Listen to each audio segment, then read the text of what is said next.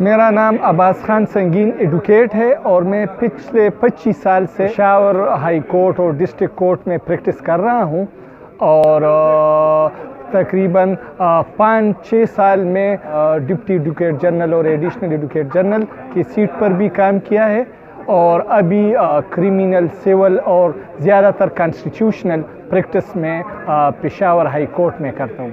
कुछ केसेस ऐसे होते हैं कि जिसमें वकील को पता होता है कि वो जिसको प्रेजेंट कर रहा है तो वो गुनाहगार है और वो सही उस पर नहीं है, लेकिन वो उनकी भी दिफा करते हैं। तो इस बात से मैं इख्तिलाफ नहीं करता। ये बिल्कुल इसी तरीके से है कि कभी कभी सहाफ़ी हजरात उन लोगों के इंटरव्यूज़ और उन लोगों को काफ़ी वेटेज देते हैं जिन्होंने पाकिस्तान को लूटा है और जिनका रोल पाकिस्तान के सियासत में ठीक नहीं है, लेकिन वो उनको प्रेजेंट करते हैं। तो हम उनको भी कंडेम करते हैं और उन वकला को भी कंडेम करते हैं। अक्सर ये आजकल ये केसेस आते हैं, ये बच्चों के साथ ज़्यादती के वाक़ियात और इस तरह के और रिलेटेड इश्यूज़ पर वो आते हैं। तो मेरा तो अपना ख्याल ये है कि जब वकील को पता लग जाए कि मैं जिसको रिप्रेजेंट कर रहा हूँ वो ठीक नहीं है, तो उनको कुछ केसेस में उनकी रिप्रेजेंटेशन नहीं करना चाहिए, क्योंकि इससे माशरे में ख़राबी फैलती है और माशरे पर इसके बुरे असरात मुरतब होते हैं।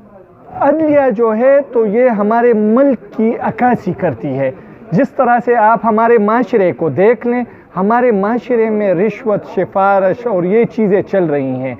तो अदलिया में जो लोग अदलिया में आते हैं तो वो भी हमारे माशरे का हिस्सा हैं। तो मैं इससे इनकार नहीं करूँगा, लेकिन ये बात है कि काफ़ी हद तक इन चीज़ों में कमी आई है और जब से एक्सेस टू जस्टिस प्रोग्राम आया है और जब से जजेस की तनख्वाहें बढ़ी हैं तो इस तरह के शिकायत काफ़ी हद तक कम हुई हैं। 100% तो हम ये नहीं कह सकते, लेकिन काफ़ी हद तक इसमें कमी आई है।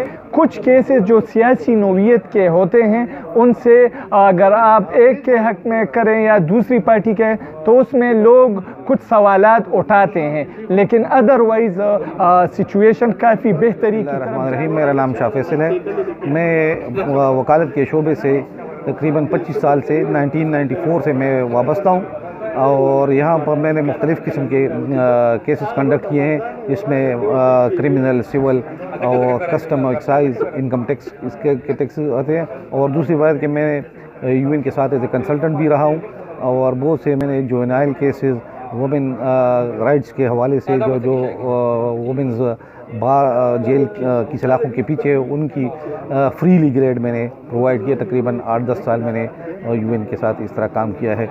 ये एक मैक्सिम है कि मुलजिम जो है जब तक उस पर जुर्म साबित ना हो उस वक्त तक वो मासूम कंसिडर किया जाता है। और दूसरी बात आपकी ये है कि वकील को तो पता होता है कि इसने ये जुर्म किया है। बहरहाल ये अदालत का काम है कि वो और ये फिर विटनेस आते हैं, शहादतें होती, रिकॉर्ड होती हैं, उसके बाद फिर पता चलता है कि ये मुलजिम है या मुलजिम है। जहाँ पर वकील का ताल्लुक है तो बाज़ औक़ात इस तरह होता है, लेकिन प्रोफेशनली जब वो एक मुलजिम आता है, आपको फ़ीस मौके लाता है, आपको फ़ीस देता है, तो आप बाउंड हो जाते हैं कि उसको हद तक उसको डिफेंड करें। लेकिन इस यहाँ पर वकीला को ये भी वो करना चाहिए, इसको मद्देनज़र रखना चाहिए कि अगर हम इस तरह के क्रिमिनल लोगों को प्रोटेक्शन दें तो हमें चाहिए कि हम इस किस्म के केस से लेने से इज्तिनाब करें। मेरी जहाँ तक के ताल्लुक़ है तो मैंने बहुत से ऐसे केसेस वापस किए हैं जिसमें मुझे मालूम होता है कि ये क्रिमिनल है, he has done this crime, हमने वापस किए। हर उस फील्ड में जाए तो वहाँ पर रिश्वत और ये बदनुमानी हर जगह फैली हुई है।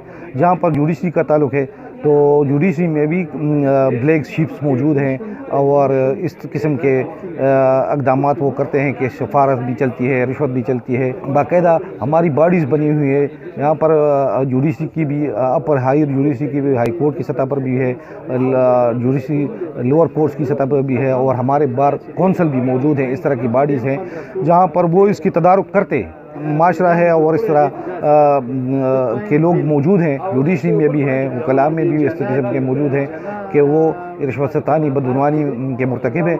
लेकिन बहरहाल हमारी बार कौंसिल है, बार एसोसिएशन है और हमारी जुडिशल जो है वहाँ पर है, वो जुडिशरी में भी ऐसी बॉडीज़ मौजूद हैं जो इस पर निगाह रखे हुए हैं ताकि इसको जिस हद तक हो सके इसको मिनिमाइज। चमकनी एडवोकेट पेशावर, अगर आप यहाँ पर हमारे हायर जुडिशरी की बात करें तो यहाँ पर सिफारिश और रिश्वत ना होने के बराबर है। और अगर नीचे देखें मजिस्ट्रेसी में तो वहाँ पर ये सिलसिले चल रहे हैं, पहले भी चल रहे हैं, अब भी चल रहे हैं। और मेरे ख़्याल में इस वक्त पेशावर हाई कोर्ट के जितने भी जज साहिबान हैं वो उनकी फ़ैसलों में 19-20 हो सकता है, लेकिन अपराइट हैं और जुडिशरी का नाम बढ़ा रहे हैं। वकालत ताल्लुकात पे नहीं चलती, वकालत प्रोफेशनल है और ऐसा प्रोफेशन है जिस तरह डॉक्टर अपने मरीज़ को बचाते हैं। और जो भी वकील जब केस लेता है तो मैं उसकी फ़ाइल देखता हूँ, उसकी फ़ाइल में अगर गुंजाइश है, अगर गुंजाइश प्रोसिक्यूशन ने छोड़ी है, अगर गुंजाइश सर्कमस्टांशियल एविडेंस में बहुत सी चीज़ें हैं, उसमें डायरेक्ट एविडेंस है, सर्कमस्टांशियल एविडेंस है, उसके डॉक्यूमेंट्री प्रूफ्स हैं, उसका मेडिकल रिपोर्ट है, तो उस पे बेस करता है।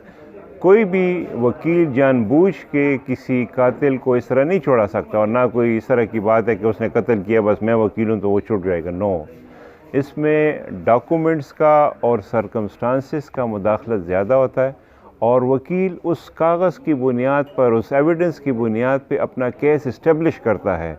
और जब केस इस्टेब्लिश हो जाता है तो इसका मतलब ये होता है कि उसमें गुंजाइश होती है और उसके एक्विटल के या उसके बेल के ज़्यादा चांसेस होते हैं।